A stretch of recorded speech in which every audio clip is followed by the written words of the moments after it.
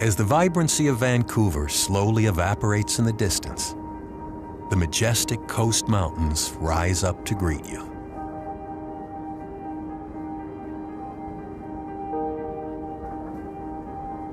And you find yourself on a historic journey that retraces the route of the great 19th century explorers.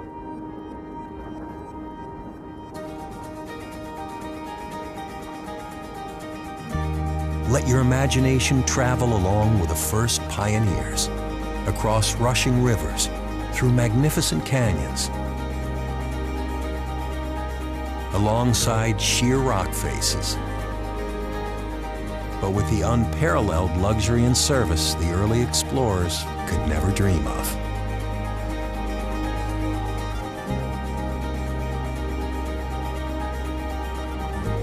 Marvel in awe as you cut through ancient gray-green volcanic rocks that are 200 million years old. Well, give or take a million.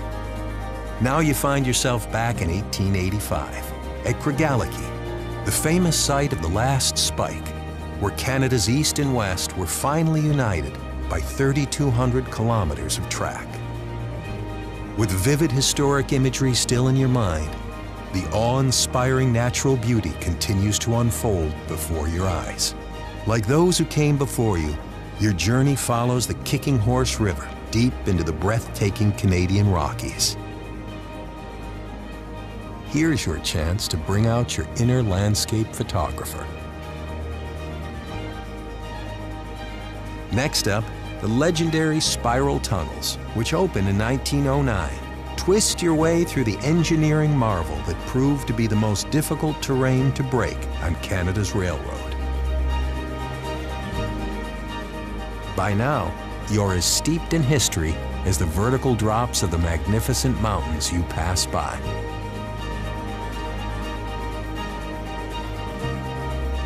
Postcard images continue to appear around every bend until eventually, world-famous Banff comes into view, and you're left wondering how it's possible to travel both forwards and backwards in time. The first passage to the west. Now, who says you can't travel through time?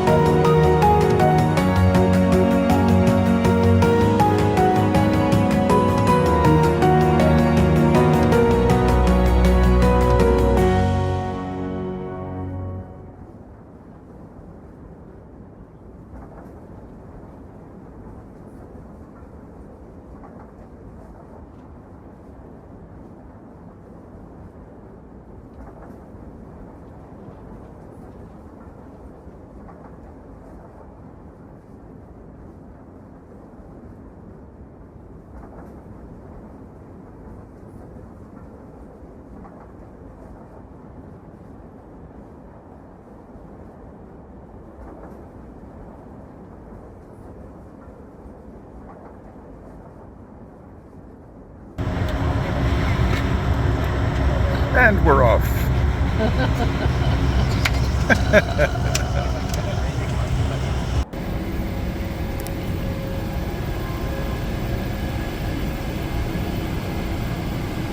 I remember waiting in a long line up, and I could have easily had a wheelchair and I didn't. Well, I think that was one of the trips you and I went to England, and we talked about that. So we said that was maybe the last time that we did that. Right. That's right. Starbucks. And here we are off. Just passing Starbucks. Yes, indeed. Yes. Porter Airlines, flight 374, with service to Montreal. Different from the quiet person you make, and it works that way for composers as well. The Canadian composer Kelly Green Murphy evokes all sorts of different moods in her music, and when she wrote this piece for the Griffin Trio, they were expecting her to be a tough-looking person covered in tattoos. They were not expecting the soft-spoken person they eventually met. Murphy is one of Canada's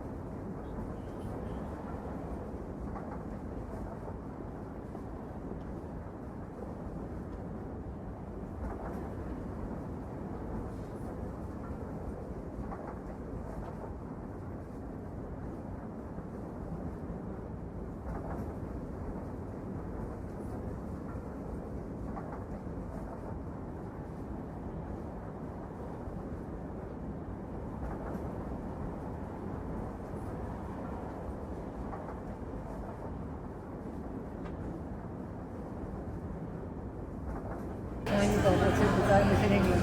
They're all mad about the bubbles and stuff in England. And it won't kind of kind Okay, of get ready for this. Yeah. Okay. All right. Can I take it out? It's okay. Just watch and be entertained.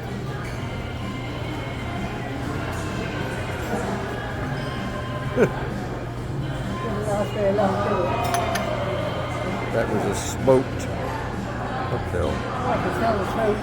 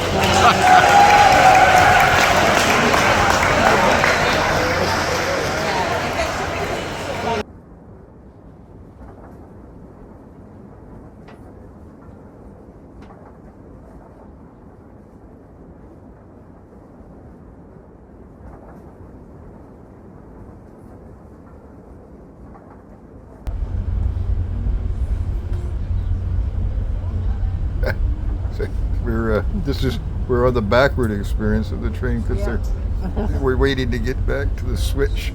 We're going to switch over and take a different track. This is quite comical, actually. Across the road now. Oh, look at this.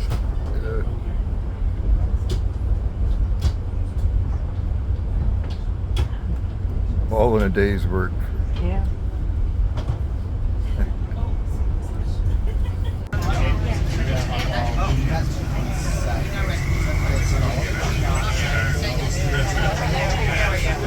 We're still going backwards. It's like, yeah, but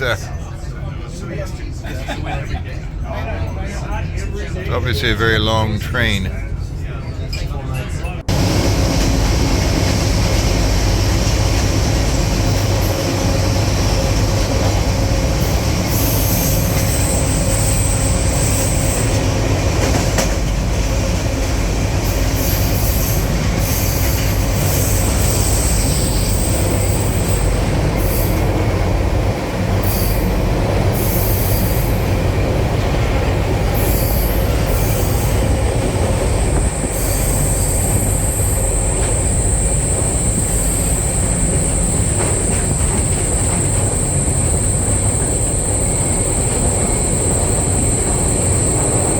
Our top speed. So our top speed is about 65 miles an hour, so about 100 to 110 kilometers. Average speed is about half of that, it's about 30 miles an hour. So when we do start to pick up that top speed, or if we do while we're coming through here, just a safety reminder everyone, we do still have this little lip on each side of the aisle, and please do make sure you are using these to top surveillance yourself, and making sure you are holding onto those handrails, because when we go those top speeds, the train really starts to lurch back and forth. So please just be careful and just be mindful of that. That being said, those of you that are upstairs with me, you are lucky that the bar just opened. Yay! Woohoo! Now that being said, everyone, I will just go through how the services will work throughout the day. So myself and Yaje, we will come to your seat and ask you if you would like a beverage.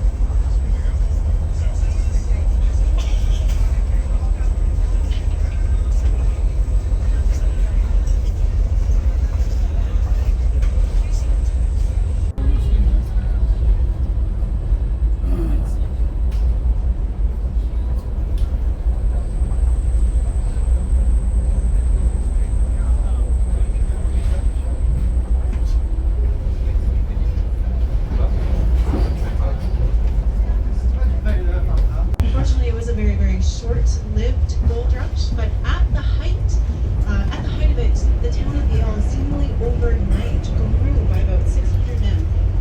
So it was still a small town, but 600 men in the 1800s is quite a Tunnel, bit. Mum. And there were 14 open saloons. We're in the tunnel. We're in the tunnel. There we go. We just came out of the tunnel. These men got up to. But the reason why I mentioned Yale is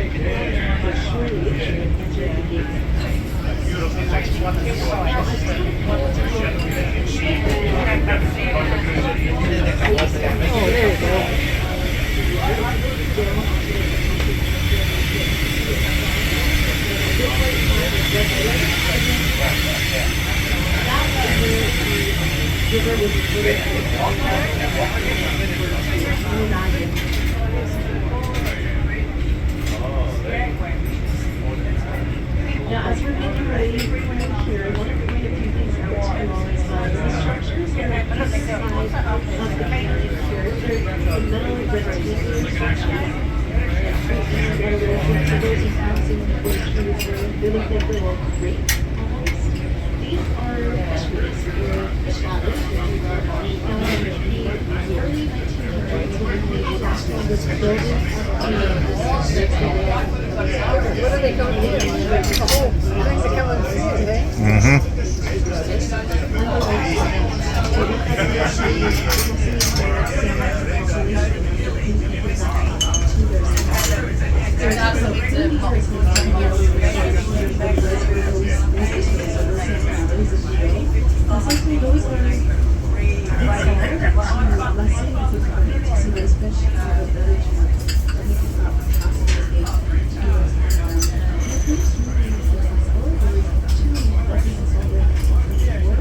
Marvelous. What did you think of that, mother? That was going through Hell's Gate, that was. So, yeah, wonderful. Marvelous.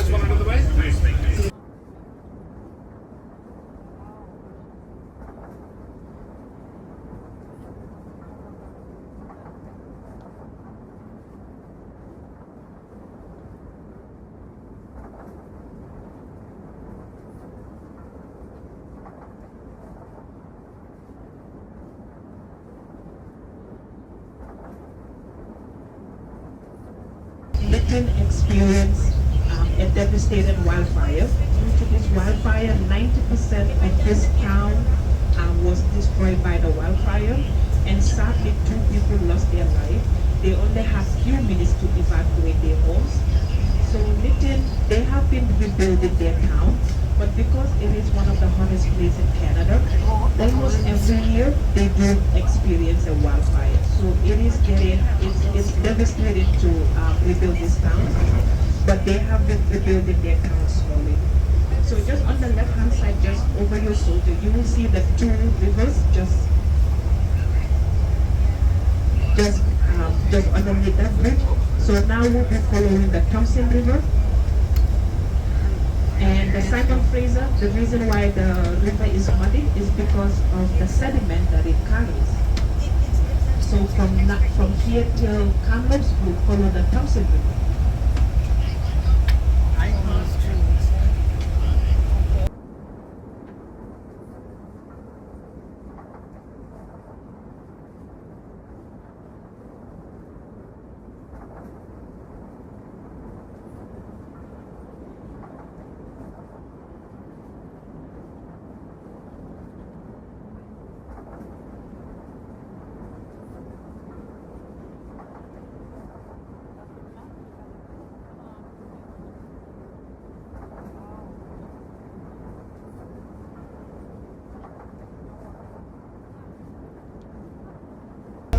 In the road. Alright, like I said earlier, what types of raptors? So there are these few raptors coming up on the left hand side.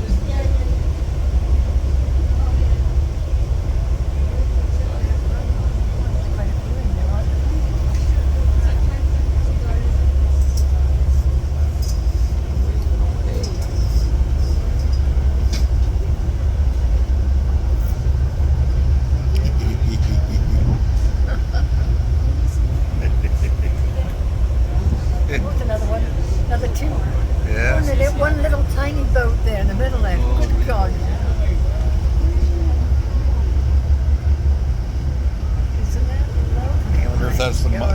Rapids right I there. bet it is. It's fountain. Yeah.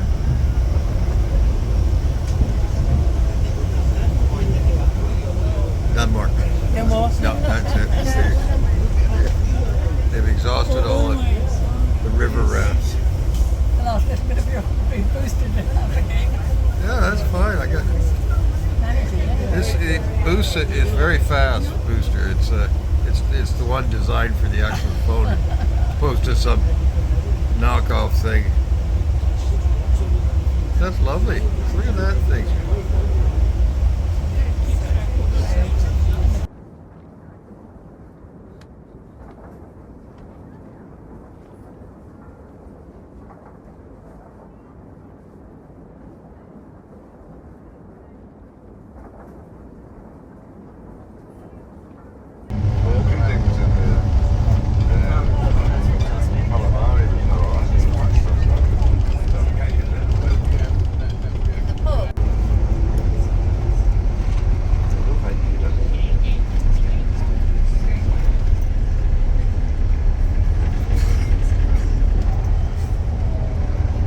Good morning, Mother.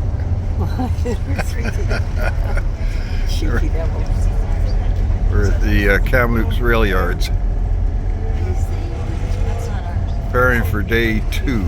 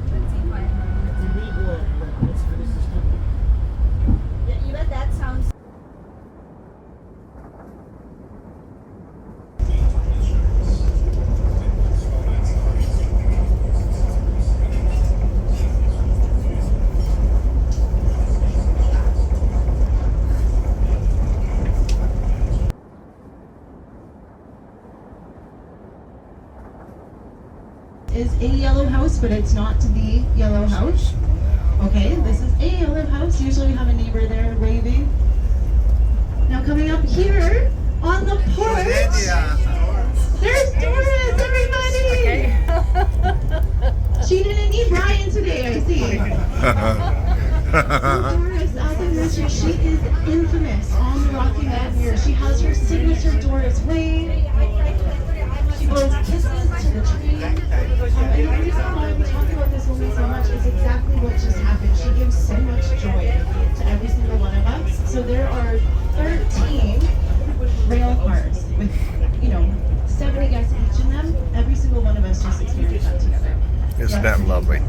Now the story of Doris, how do we know who she is? Well, one of the hosts, I believe her name was Hope, she was just coming up to enjoy the shoe shop with some of her friends, and she realized, oh, I'm just going to stop into this woman's home and just get her story. And she did. So she knocked on the door, and of course she just said, hello, my name's Hope, I work for the Rocky Mountaineer, and of course that's how we got to know her. Oh yes, my name is Doris. Alright, now we know that her name is Doris. Doris, of course, invites her in, and Hope asks her, Doris, how do you know when the train is coming through here? Because as you've seen over the last day and a half, day and a bit, we don't have a set schedule. We can be fast, we can be slow. It doesn't matter. And I mean, we go through here 6 days a week. I can count on one hand in 6 years no one being on that porch. That is how loyal she is to the Rocky Mountaineer. But it's impossible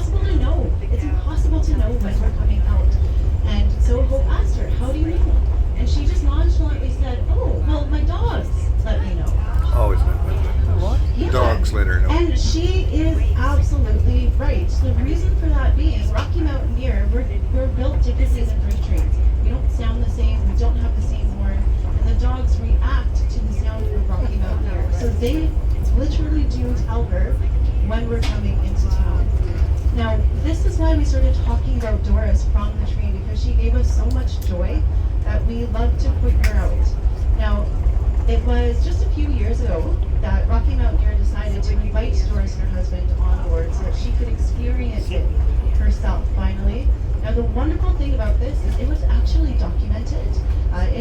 There is a show called Mighty Trains, and it's season 2, episode 1. They do kind of a whole episode on Rocky Mountaineer, just in general as a whole, but Doris just so happened to be taking her complimentary trip that week. Now, of course, there's one issue with that.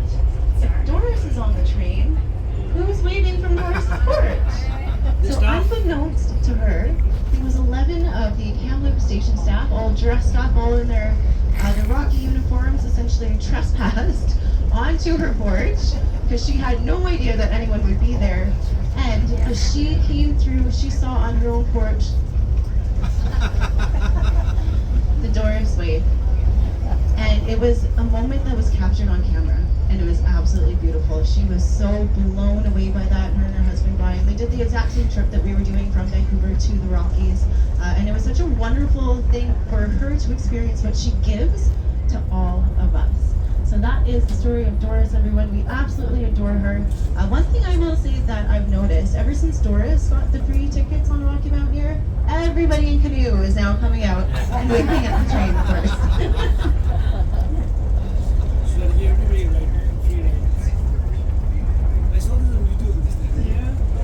It's lovely.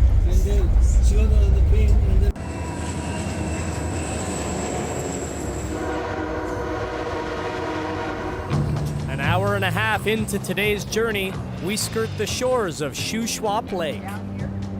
And your house is coming up, right? There'll still be a couple minutes. Okay.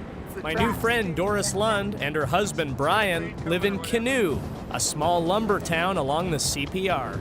My father always worked on the railroad. Oh, really? So that's how I was brought up, from station to station. On this trip, Doris and Brian are Rocky Mountaineers' invited guests. If I see the train coming or whatever, I notify her and say, hey, the train, and she's running, and clear her out because she's got to go out there. This ride is a salute to Doris and to all those times she's faithfully waved as the train passes her house. Why do you like waving to the train? Well, because I'm close and you feel the warmth and the love coming from this train. Yeah. Are you kidding me? It's coming right now. There's people at my house. The yellow house. Oh, no. Oh, look at all the people. Oh, my God. Oh, my goodness.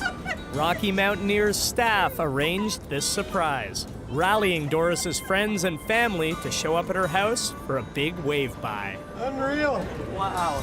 Oh, my. Thank you, everyone. That was so awesome. Yay, Doris. I know. As the CP tracks were built across Canada, some 800 communities sprung up along the line.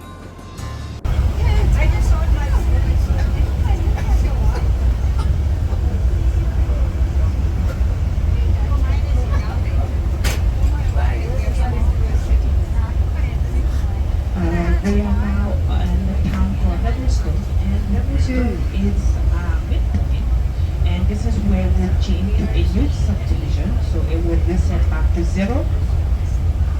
And Arrowsmith was named in honor of Charles Berry, and he actually provide the final funding for the railway to be completed. So as you may see, Arrowsmith, it is a tourist attraction. It's very, very good. However, during winter, there could be an annual snowfall up to 60 feet of snow. So this place is well known for skiing, snowboarding due to the snows. And just coming up on our left-hand side, we have a railway museum. So just outside, you will see the old local model.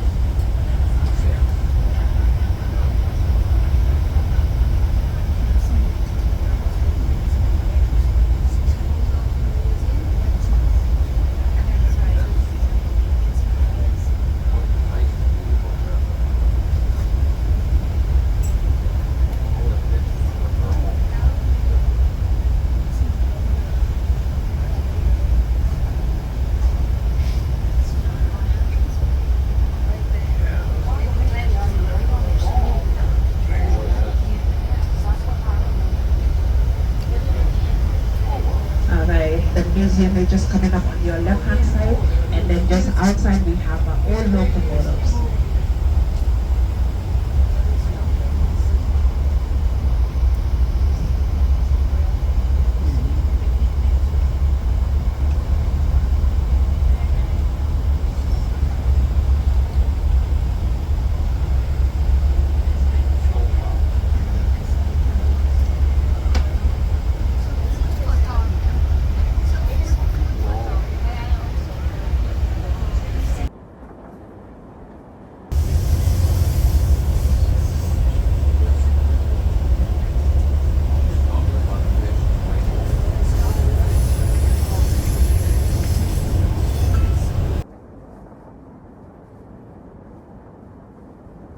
I will say a lot of people miss out on this beautiful opportunity.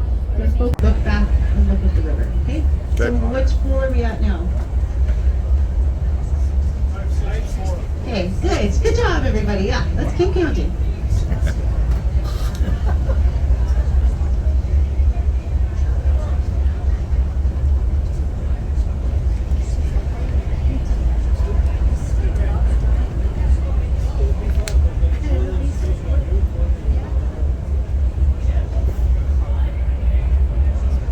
Make sure you look back behind us and you can see the beautiful water.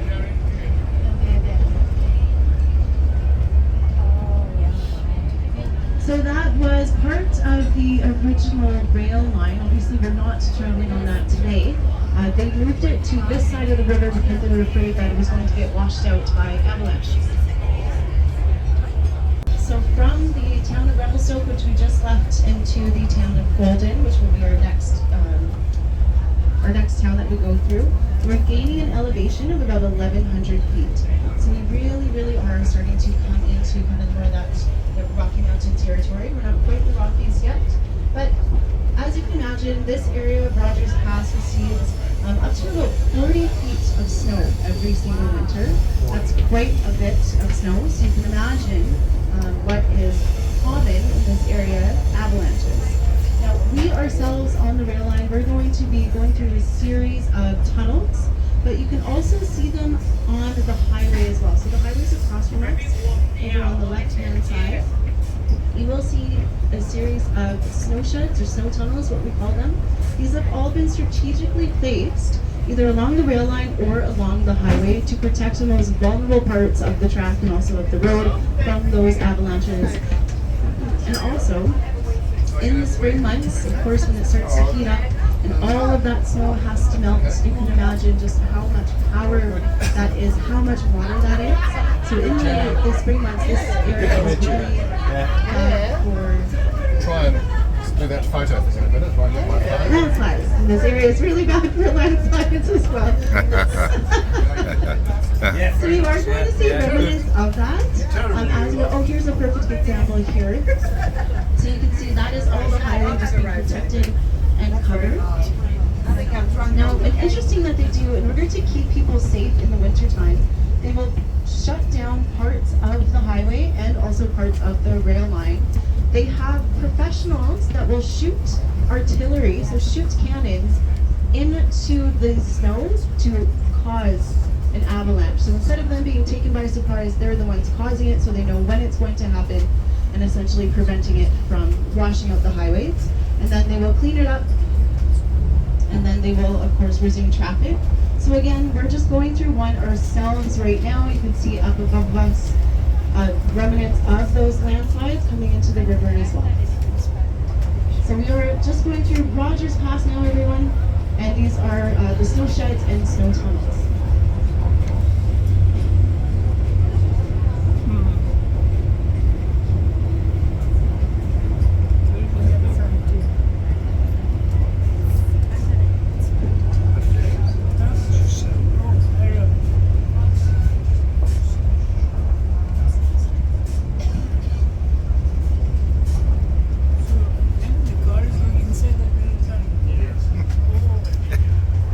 Hello, mother. Hello, sweetie.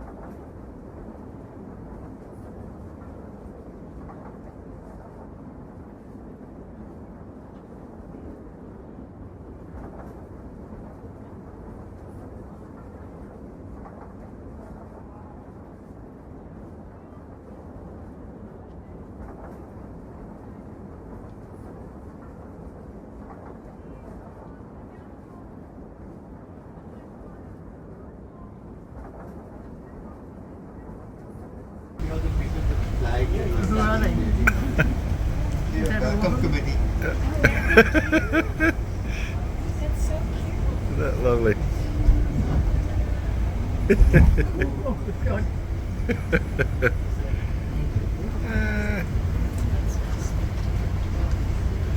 That's marvelous.